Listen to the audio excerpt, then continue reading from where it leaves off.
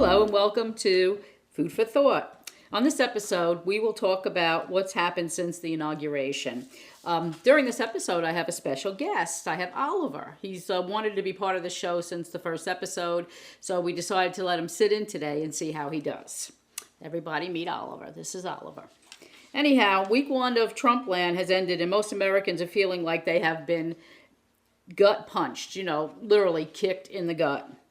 Oh, and by the way, Kellyanne Conway is despicable. I will continue to say that till America realizes that she is indeed despicable. I wanted to be able to use this show as a vehicle to see both sides, but Trump is making that very hard. Defending him is like defending the bully on the playground who is beating up little girls and flipping baby strollers with the babies inside. Seriously, that's what it's like. Trying to defend him is trying to defend that kind of a bully. What is wrong with this man, and even more importantly, what is wrong with the people standing around him? Really, why is nobody trying to stop him? Oh, I know. They all kiss his buttocks, and the majority of them have been hired by him, so they all possess the same evil souls. So that is why nobody tries to stop him. Oops, looks like our special guest may be leaving. I can't sit here and debate like this as politics as usual. It is not. I am sure this is what it felt like to be a Jew when a man named Hitler rose to power. Are we exhausted? You bet we are. We had an inauguration and then we started the darkest week in American history. It will be written as such in the history books. If there is still a world around in 50 years, your great-grandchildren will be reading it as such. Make no mistake about that. Oh, and by the way, Steve Bannon is also despicable. I don't know about you, but I don't recognize the America Trump is trying to create.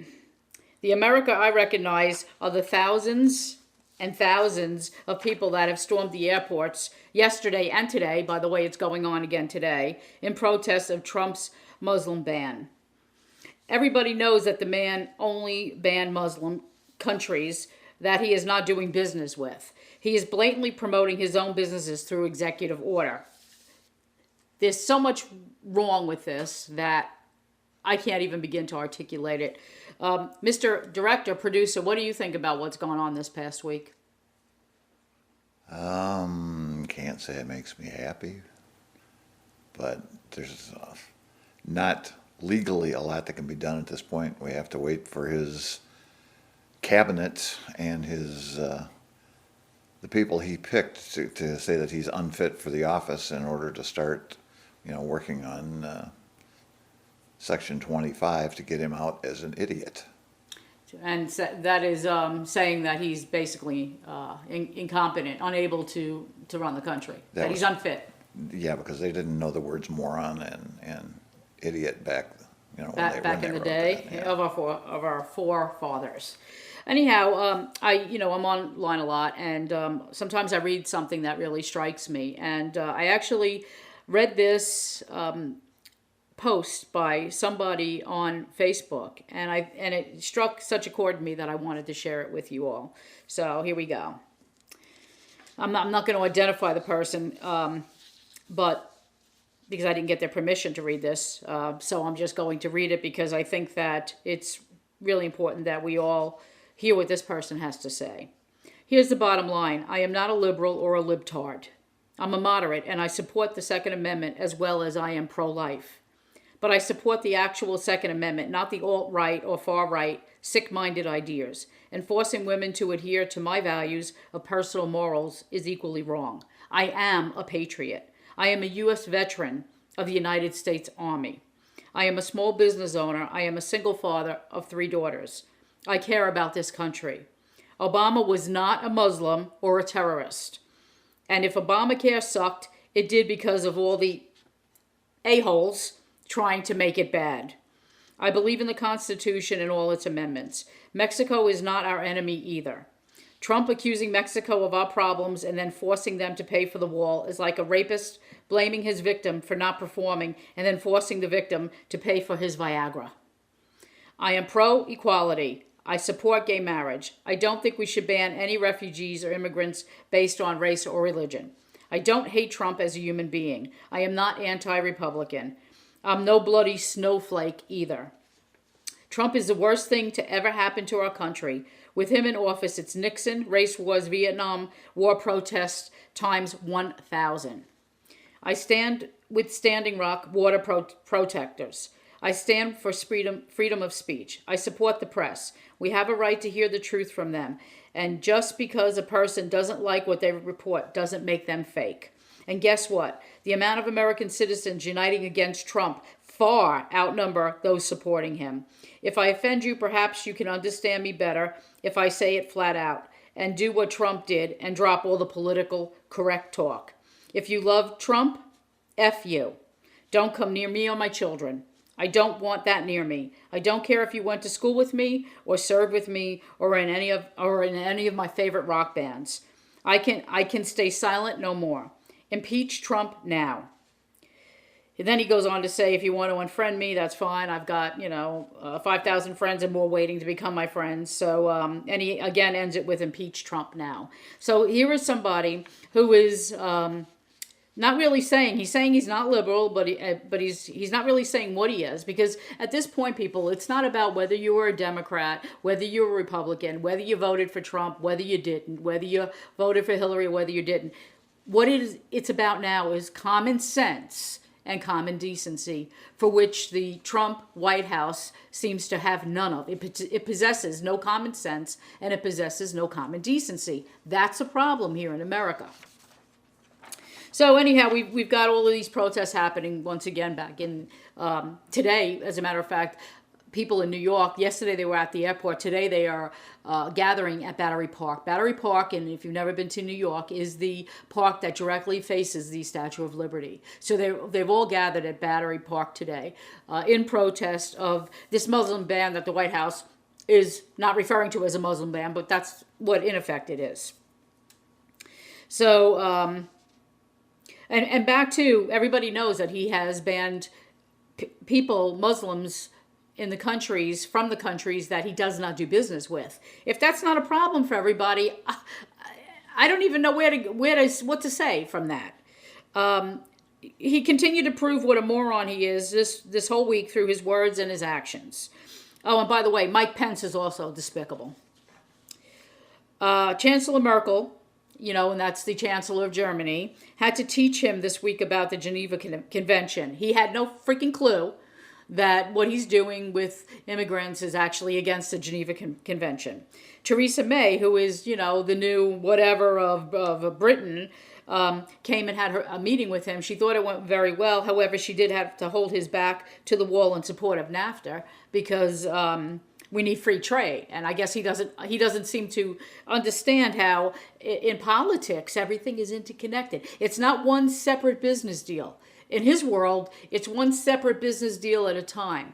In politics, in American politics, in global politics, we're all connected. We're all interconnected. That's the point that, and I'm going to say, Hillary was trying to make during her campaign. We are not just America alone. We are a global society now, whether we like it or not. With all of our new technology, we have become global. And we have to learn how to get along with all of our global neighbors, or there will be no world, people. There will be no world. So, anyhow, but back to Theresa May. She had to hold his back to the wall, basically, and she did this in front of all of the reporters about supporting NAFTA. So then he did come out and say he 100% supports NAFTA. So now people, throughout his entire campaign, he was against NAFTA, but, Theresa May told him he should be in support of NAFTA, so now he's 100% in support of NAFTA. If he isn't, however, we could have a global economic crash. Oh, and did I mention that Paul Ryan is despicable? Look, let's talk about the Affordable Care Act. Again, I want to reiterate that I'm a subscriber of the Affordable Care Act. My monthly premium is only $40 and some change a month. I love the Affordable Care Act. If I lose it, I don't know what will happen to me because I do have pre-existing conditions. And I should mention that Donald Trump is the most despicable out of all the despicables. So I didn't just want to do Kellyanne Conway this week because I didn't think it was fair to just really, pull her out of that administration and just say she's despicable. A whole lot of them are despicable. Goldman Sachs is running Trump's cabinet. A bunch more despicables. The guys who helped create the economic crash of 2008. Those are the people running Donald Trump's cabinet. The Trump administration makes Watergate look like a fun party. Seriously, people, we have had such an exhausting week of ridiculous drama. You know, how many weeks are there in the year? All of them. 52? 52. So we've got 51 more weeks just to get through the first year of this. America's not going to survive this. I don't see how we can survive the 51 more weeks of what we just went through. And he seems to have an abundance of energy that never runs out. I want some of whatever he's taken. I truly want some of that because he's 70 years old, people. People, you realize how old that is. 70. He's old. And he has an abundant amount of energy that never seems to run out. Did you want to say something, producer? I probably would have to have it cut anyway, but I was going to say it sort of reminds me of that old song from the 70s, driving that train high on cocaine. High on something, because there's no way a 70-year-old has the energy that this man has. There's just no way. Okay, the first White House is filled with liars. Or his White House is filled with liars. The patients are currently running the asylum. That's what's happening. The White House has become an asylum. And everybody in it is patients, and they're running it, and that's really scary. We must rise up and come together like never before to stop them from killing the American spirit. I really do feel like that's what they're doing right now, that they are slaughtering the American spirit. And they're doing it on a 24-hour-a-day basis. They're trying to beat us down. We have to stop them. We have to rise together, and we have to stop them. We can't let this happen. And I think that we're all doing we have a fine start to stopping them. We just have to get a little bit more organized. Well, I'm going to cut this one short because I'm trying to stay under a 15-minute time limit, and we're quickly approaching that time. So I want to say that's it for now. I want you to think about everything that I said, and if you're not involved in your local community, get involved. Get involved with. There's a lot of online groups that you can get involved with. Get online. Go to these online groups. We've got the Women's March. You can there's a vast slew of information there.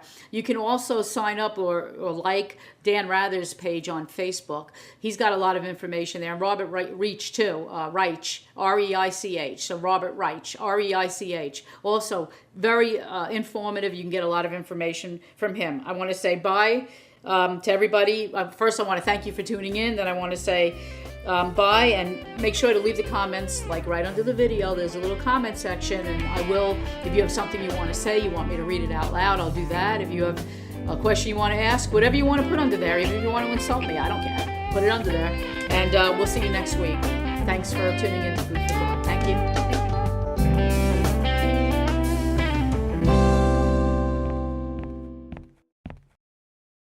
Animal Track Studio.